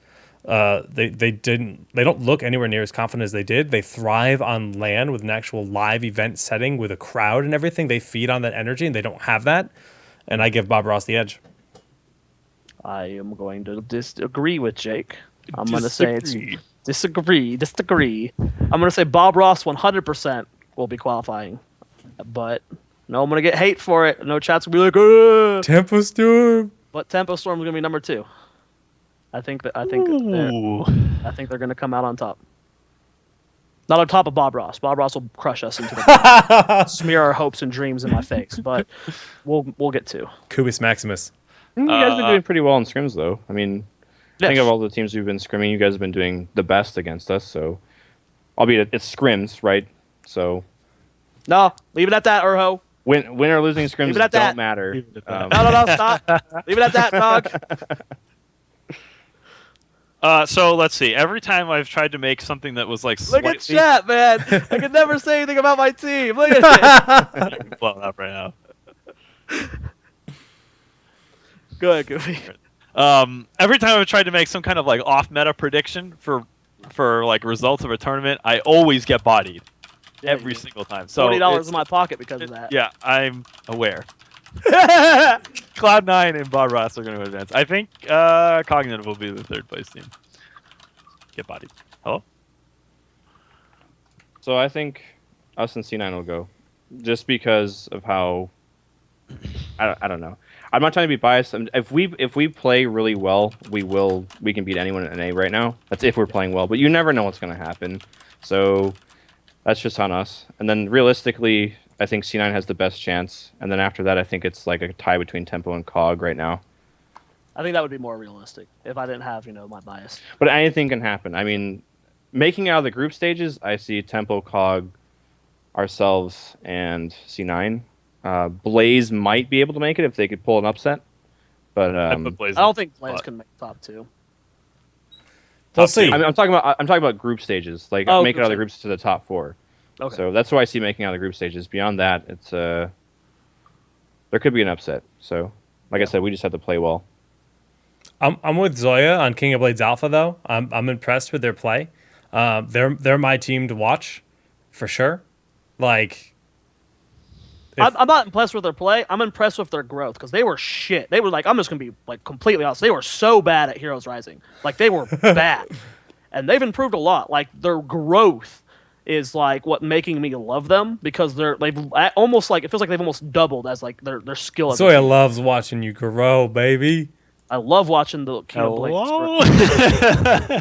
So maybe this won't be the tournament that they break in the top 4 or anything, but if they keep growing at the rate they're growing, that's what I'm excited for. Because every week I see them in scrims and tournaments, I'm like, they're better this week. And that's not something you see too often. It reminds me of old Barrel Boys. It's like every single week they were just significantly better and better, and then suddenly they got second place in a Titan arena out of nowhere. Yep. So that it's similar things I see. Who knows? We when won that changes the and second stuff. one, the MLG Titan Arena. That's when they I was picked about to me up. ask if you were on the original. I thought you were. The original. I wasn't on the original Bear Boys. They replaced Fury with me. Yeah. And then shortly after, we won the MLG Titan Arena 2.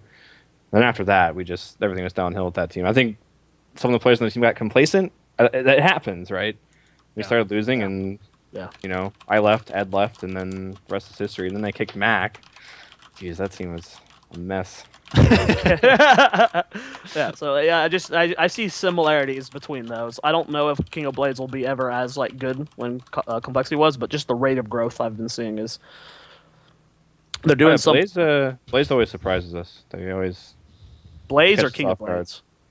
Blaze. I think. Are you talking about King of Blades? I I was don't talking know about enough. King of Blades. Okay, King of I don't Blades know is what I'm enough seeing about growing them. all the time. I know they've been doing all right against some of the better known teams, but I don't know. I think we have scrims against them this week, so that'll be interesting to see Nice. what they do. Yeah. Well, once again, you guys can send in questions to @TownHall Heroes on Twitter. We're now swapping over to viewer questions. We're not doing call-ins this week, just quick questions via the Discord server in the Heroes_discussion channel or on @TownHall Heroes on Twitter. And while you're at it, make sure you follow our wonderful guest, Urho TV, on Twitter and his wondrous Twitch stream because you stream pretty often, right? Not this week because of the tournament practice schedule, but if there's not a big tournament coming up, I stream like every day. So. You're the biggest, at least North American professional player stream, right? I think If you McIntyre don't is count- bigger than I am. Max bigger than you? Yeah, I Max don't know bigger than the EU guys. I know like Liquid Chris gets a decent amount of viewers. I don't like compare your numbers. I don't know how that he does compared to you guys.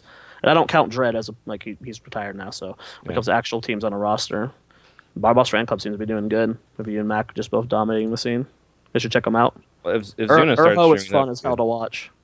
Zuna needs to start streaming again because his stream was always fun. Your stream's fun just because it's like it's a what lot. entertainment needs to be to make Heroes not boring, right? Like it's just like It is- constant, just like I feel the same way Urho does about that shitty character. Yes, Just unfiltered salt is sometimes what we all need. but it's not obnoxious salt. It's Yeah. a tamed salt. It's like this guy's honest, and I love him for it. Damn, these questions are troll asking about Star Citizen. Oh, good. Tabris is asking about the Stitches ban. He's an ESL admin. You're a troll. Kubi's biceps win LA. Probably not. Worst questions NA. Let's check Discord. Oh, Discord's blowing up. Why don't we check the Reddit thread? I didn't make one. Damn. I know, I was busy Yeah, today. if you ever want to see the super salt, tune in when I'm queuing with Laurelania. That is, it's insane. Waifu So salt. bad. That is the ultimate salt. Shout outs to I don't know. Laurelania Arthalon delivering. duo queued with me once, and he didn't ladder again for like 3 months. So Okay, I mean, put that in perspective, and never mind.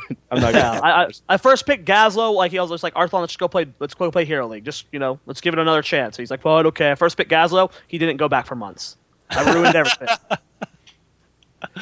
I love it. So this is kind of a generic esports question from Cool F00.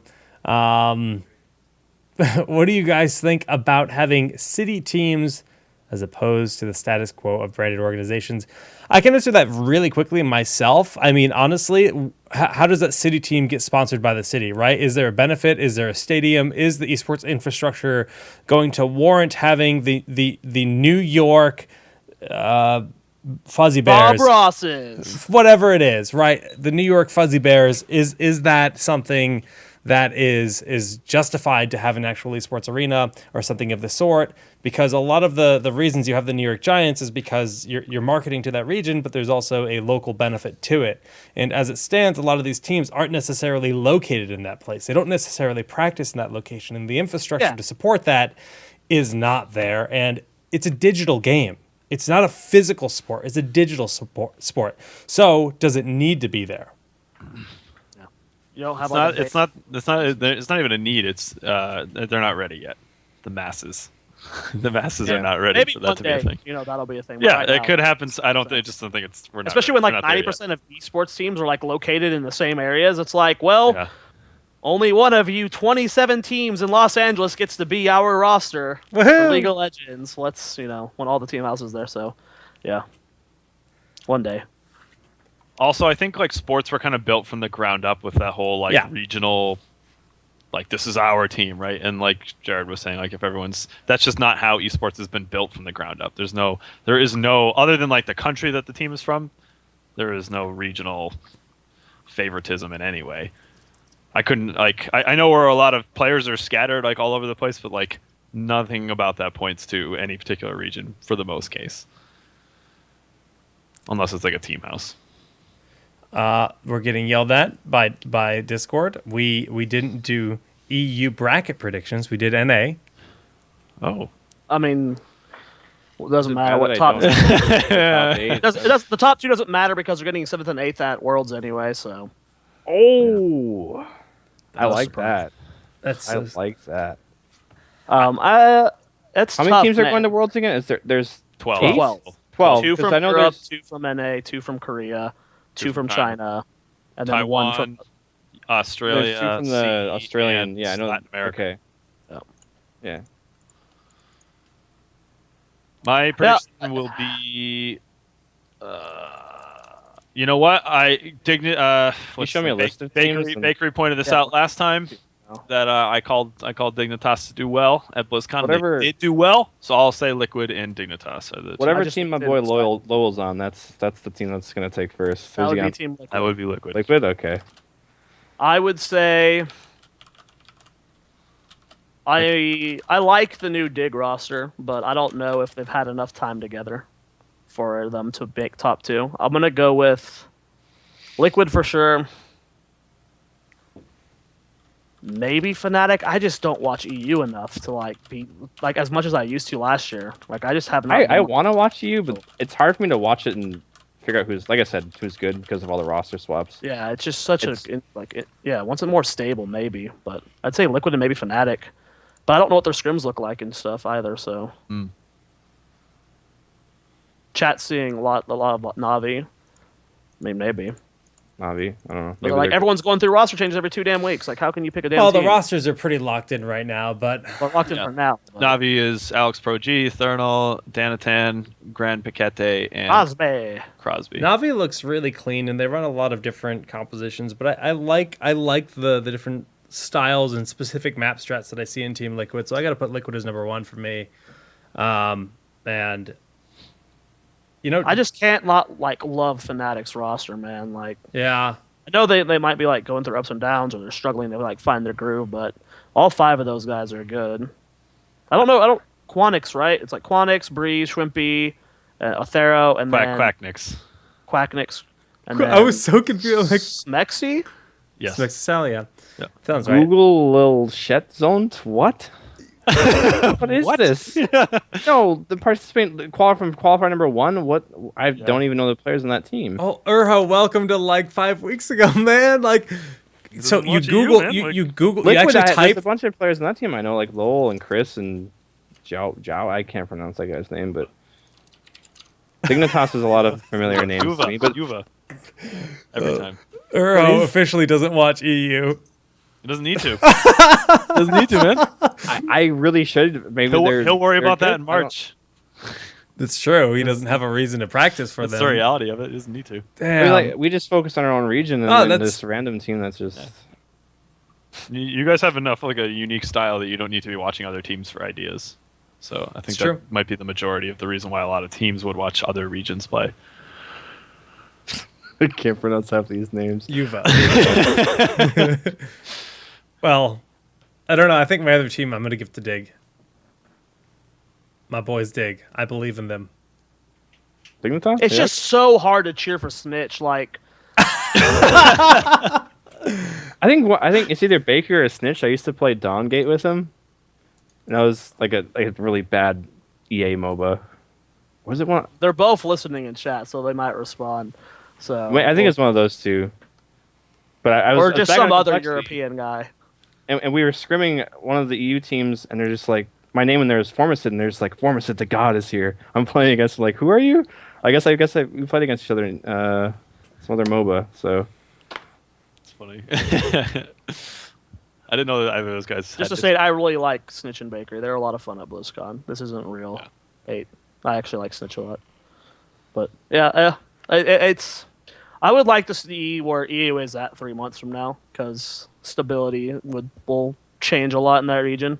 Hopefully, these roster locks aren't just for this event, and then suddenly there's another, shuffle. Yeah, it was we knew that the roster swapping would happen, but I think it is very unfortunate how long it took things to settle down. I think everyone was like, "Oh, It was Snitch, or it was Snitch. They would be doing like a lot of Snitch, like yeah. swaps in December, and then things would settle down in January. People would practice up and then qualify, but like it is very volatile still. Hopefully, there's some stability to go into Worlds for it, but we'll see. To bang through a few, why isn't NA getting a live audience? Don't know the answer to that. It sucks though. It sucks. It's terrible. It sucks. Like, ugh. There's no beating around the bush. It sucks. I was so excited to have like a live audience. I was pumped, and then we're in a studio. Sucks because my brothers are out there, girlfriend's out there, a bunch of people I know are out there. I just wanted to hang out with everybody, but you can't now. Do you think Greyman will see play? Well, we talked about Greyman a little bit. NA, a lot of the teams don't really see the value, but he's seeing a lot of play in Europe and Korea. Stylistically, he's a bit of a more poke option, I think, but weaker than a lot of the other heroes. Like Urho referred to him as good at being an executioner to finish off squishies, but there's other heroes that excel in it better than him, and that's kind of the stance that he gave. So we did talk about that a bit. Korea started back up. Yeah, I'm a little out of the loop on that, honestly. I It's need so to catch some slow. I thoughts. think that's my problem with it. Is that It is slow. the matches happen like there's like one series a week, Right. or something. It's like dragged out over this really long time period. Yeah. We have our first two teams out of group. It's going to be Rave Hots and Team No Limits. Yeah. We're still waiting for Group B to finish. Which will, I guess, just looking at it really quick, will probably be what MVP Black and then Hero, Team Hero. It could be Could any be a of bunch of those other teams, yeah. three. Maybe Young Boss is like improved, but when they played any team that's going to play against MVP Black's not going to look that great. But I didn't see them having that much potential to get out of the group. But we'll see. Again, there's a lot of time. I mean, they played that first series January 25th, which is like what 2-3 weeks ago. It's just it's weird how long it takes them to get through that. I mean, they have the time to do it, but very different format. Yeah. It's different. It's hopefully something that either gets changed closer. I mean, it's tough because I think in StarCraft they finally did it, but maybe for either next year or hopefully future splits this year, they really just the format's the format across the board. Oh, I see. Right. Per region. Yeah, because as is right now, it appears that they just contract each regional like qualifier to certain companies or production companies that want to handle it, and then based on how that company sees the direction, then they figure out how they want to do the qualifiers, depending on what's easier or what they think is going to be best viewership-wise. So there is little consistency, except perhaps across EU and NA because they're both handled by ESL. Yeah. So But I mean, I think that would just be consistency better would for be good. viewers. Yeah. Yeah, I agree. Because that is very off-putting for me that that Korea is so spaced out, and like I'm so used to everything being condensed into a lot of content in one day. There's quite a few questions in here. I'm just trying to think of anything that could be quick, and I'm not seeing anything at this moment that would be a quick discussion. So it is time for shout outs. Zoya, let's start with you. Just a big shout out to Tempo Storm and all our sponsors, Twitch, G2A, and Fnatic Gear. You can head over to intotheaf.com. You can buy hats, shirts, and sweaters as well. Head over to tempostorm.com, where a lot of cool things in the work for Heroes outside of the guide system, but we do have our guides. Soldier just released a Greymane guide. There'll be more coming out this week as all of our new players are going to be producing content as well. And you can head over to youtube.com/TempoStormHeroes, where myself and KO both released multiple videos this week, and then starting very soon, all the players will be making videos every single week. So if you need Heroes content, hit up those places. It was a blast casting the qualifiers the last few weeks. I'm glad that we got some great feedback from Twitch and Reddit. It's been really fun to do. So I'm really excited for the regionals coming up, to see all these great teams clash. Because, it's just been too long since we've seen Bob Ross or Cloud9 in a tournament. I'm excited to see what they've been working on. That's true. Remember what last time Cloud9 did when they had set a lot of time to prepare for BlizzCon? They busted out some pretty cool stuff. So just be really hype. Hopefully we do another show, but I don't know if I'll be on or not. So just if I'm not, make sure you check out regionals because it's going to be a hell of a show. All right, Kubus Maximus. Twitch, Twitter, YouTube, the Kubi, except YouTube is with zeros instead of O's. Didn't get around to putting out content for Heroes Fight Club, just because of game releases. I'll be real with you guys. So I'll be trying to do some this weekend while we have some downtime. Let's see. Otherwise, just plug the Teespring once more. I don't know, Jake, do you have the link ready? Handy. It's teespring.com/TownHall2016. This is our third Town Hall Heroes Teespring campaign. Been much appreciated for you guys to support us. Those are pretty cool looking shirts, if I do say so myself. So otherwise, I think there'll be a bit of a lull until next week, so we'll see you guys then. And Arrow, thanks for coming on. Fantastic guest. Glad to be here. So straightforward and so handsome. Urho, where can all these people find more of you? At Urho TV. Twitch.tv, Urho TV, and then same thing for Twitter. Easiest way to get a hold of me if you want to message me. Or watch me do things in Hero League. You got any sweet tier lists, guides? I do. I'm working on something. If you go into my Twitch channel and type !doc, it's what I'm working on right now. I have a tier list there, and I'll have all my builds up there shortly this week. I haven't had a lot of time because of scrims, but it'll be done in a reasonable amount of time. So. Congrats again on the I can't wait to hear, man. To be announced sponsor. Yeah, that's cool. Yeah, it'll be up on Reddit soon. So thanks for having me, though. The handsome Kubi, the handsome Zoya, and the handsome solid Jake. Oh, the last thing we're gonna do. Styling guys here. Thanks for having me. Before we part ways, Urho, get your poker face on. Get your poker face on. Very good, Kubi. What org are you guessing Bob Ross got sponsored by? If it's an org, guess. Are you serious? Yep. Quick. TSM? Quick. TSM. Jared. Oh, Tempo Storm signing them. Yeah. Damn. I didn't even think about it. No, you got to give a real answer. That's. I know though. I can't say. I can't even do a guess. Damn. The esports. I'm gonna go with Echo Fox as my guess, because the owner tweeted out saying they were looking at HOTS as one of the games to go into. How's his poker face doing? It's a good guess. I mean, we talked to him. That's all I can say. I mean, like I said, we talked to a lot of orgs. So what a dick, Jake. Oh, I'm so trying to bait him poker face. You can even just crack a bit. Oh my goodness, guys! Like Kubi said, we have the Town Hall Hero shirt. Type !shirt in chat and shirt it up with us. You could look as handsome as me. Oh. Doing with. Is the gray new, or do we have that ladies, last? Look out! Yo, that's the shirt you need to wear to the club this weekend. That's it right there. That's the new hotness. That's how you bring them home. They read that shirt like, this guy's a hero. No. Damn it, Jake. He's a hero of the storm. That's hardcore. Don't type you need to put the R in that word when you type it, not exclamation point. Yep, you guys are doing good in chat. Thank you so much for tuning in to episode number 96 96 of Town Hall Heroes. We're pretty much going to hit 100 right as we get ready for Worlds by the sound of it. So that's very exciting. Gonna be hype. Perfectly timed. And yeah, thank you all so much for tuning in. We'll see you next week on 97. GG.